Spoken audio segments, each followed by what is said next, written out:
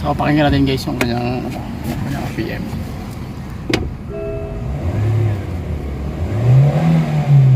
Kita nyo yung galit ng makina, nasa 3,500 hanggang 4,500. So delay masyado yung ano guys, pero although maganda yung makina niya, pero pangit naman yung kanyang compression. So ibig sabihin delay sa MG, sorry GM, sa MG pala, sa sasakyan na to. So ayan dito guys, bago na. Hindi mo lights.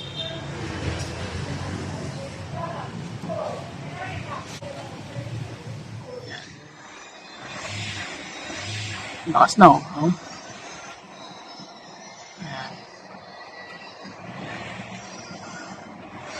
Yan na yung result.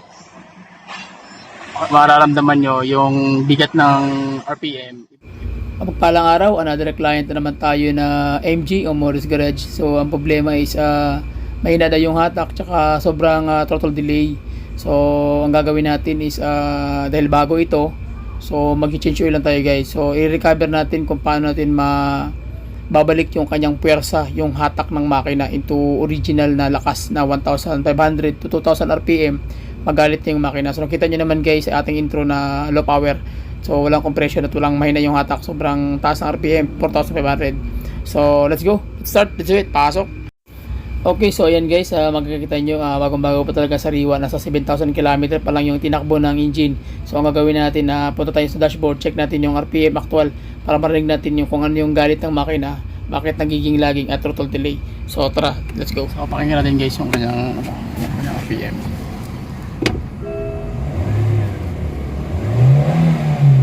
Kita nyo yung galit ng makina, nasa 3,500 hanggang 4,500. So delay masyado yung ano guys, pero although maganda yung makina niya, pero pangit naman yung kanyang compression. So ibig sabihin delay. So ang gawin natin, lagyan natin ng Hado Atomic Oil para ma-recover natin yung kanyang engine RPM. Ayan o, delay masyado guys. Okay, so samahan nyo ako sa basic pointers kung paano gagawin. Gamit na natin yung Hado Atomic Oil natin. So tara, let's go. Okay, so ang gagawin natin, mag-change oil tayo. So magpapalit lang tayo ng oil filter. Ayun, tatanggalin natin yun, tsaka yung oil i-drain na natin. So ganoon lang siya kasimple guys. Yun lang yung gagawin. Ito yung ilalagay natin, yung Hado Atomic Oil na 5W40. So sa MG, sorry GM, sa MG pala, sa sasakyan na to. So ayan guys. Okay, so first step pa rin, magtatanggal tayo ng oil filter. I-drain natin yung kanyang oil na 4 liters. And then after that, kakabit na natin yung oil filter na bago. Okay? So ito yung bago na filter na binili natin, which is GM talaga, original. Okay, na China. So ayan yung location ng kanyang oil filter guys. So kailangan mo siyang ibalik ng maayos na wala siyang leak. After that, lalagyan tayo ng... Okay, so ito yung oil na ilalagay natin na 5W40 na Hado. So ayan po siya, 4 liters po yan ang isang galon nito. So kung gusto niyo umorder guys, update nyo lang ako sa ating YouTube channel or sa ating FB page na Carsing TV. Nandiyan po yung link sa baba. So mabilis lang po akong makontak. So andyan yung number ko. Makikita nyo guys before ito ilalagay itong Hado Atomic Oil na to. So ang makina natin guys, mayroong mga gas-gas yan. Yan, mga friction. So ang gagawin yan, so yung metallurgy ng bakal, yung kanyang molecular structure ng molecular structure ng bakal niya is may mga gas-gas. So ang gagawin ni Hado is i-chrome niya po yan. Hado Atomic Oil lang ang gamit natin. Yan. So the more mo siyang ginagamit, the more siyang mag-chrome. So hindi ka na, wala ka na ibang gagawin kundi ihahalo mo lang itong tawag niyan yung oil dun mismo sa engine mo. And then after that, si technology na smart nanotechnology ang gagawa ng proseso. Okay, so atin na pong isasalin yung engine oil na 4 liters na Hado Atomic Oil na 5W. Hindi mo lights. Sige pa. Madilim. Sige pa.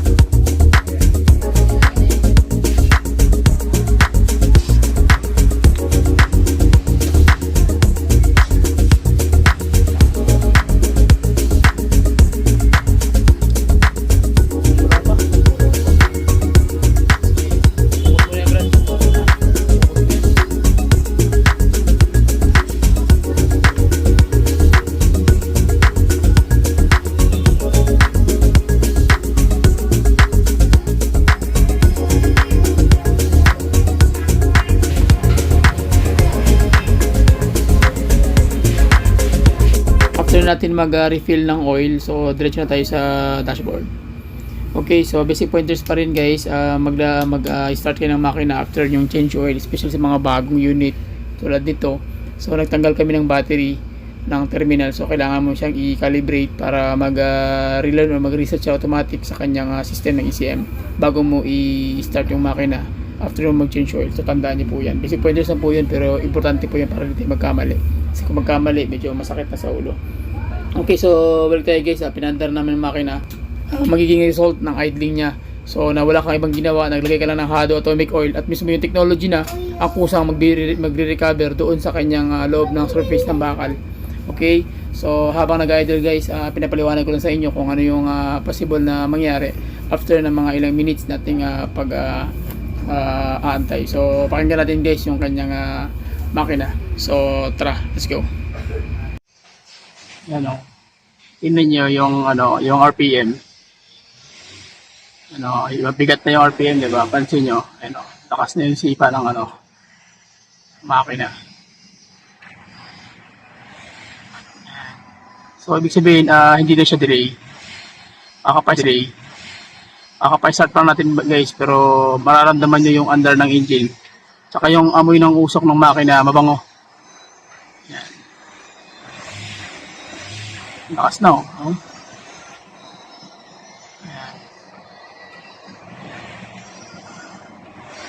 Yan na yung result. Mararamdaman nyo yung bigat ng RPM, iba. Tsaka hindi na siya delay. Ayan o. Iba na malakas na yung tunog ng makina. Ganun yung Hado atomic oil natin guys. Especially kung sa takbuhan to, hindi na pahuhuli. Yan ang resulta ng after guys.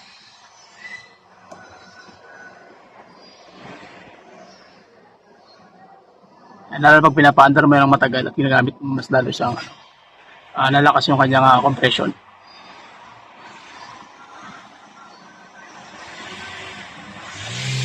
Lakas na Tingnan natin. Ayan kita nyo 1,500 direct na siya 1.8, so naka-recover na totally yung kanyang engine. May galit na, so maganda yung compression. So, iba talaga yung Hado atomic oil guys. Talagang iba yung magiging result pag once na ginamitan mo yung makina mo na ganito. Wala na siyang delay. Tanggal na yung delay. Sa oil lang nilagay natin. Wala nang nilinis pang mga total body. So yun lang yung ginawa nating paraan para makarecover yung makina ni sir. So pasensya na sa aking mga subscribers sapagkat ngayon lang ako nag-vlog na uli. So at least nakuha nyo na yung basic pointers ko paano. Oil lang, panalo na. Balik natin yung lakas ng makina niya. 1.8 na dukot na 1.5 malakas na siya. Ayan guys, expansive na masyado yung makina ni sir. Napakaganda. Check mo lang ilalim ba? Well, leaking ilalim.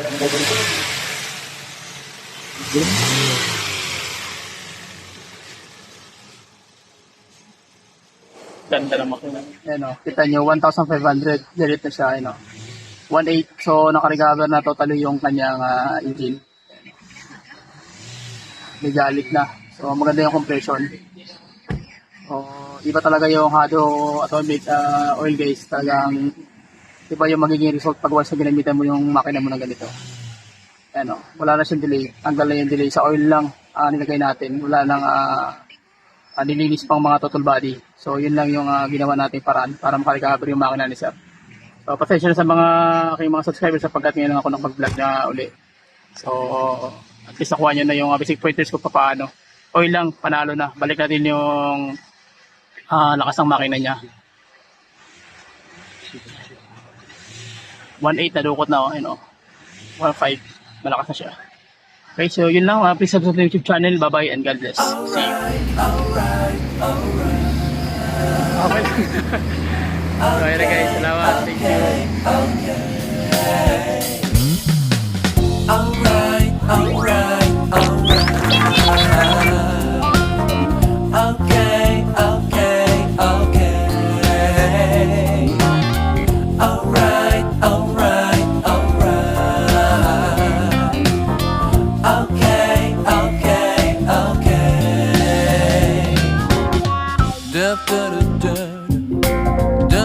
da da da da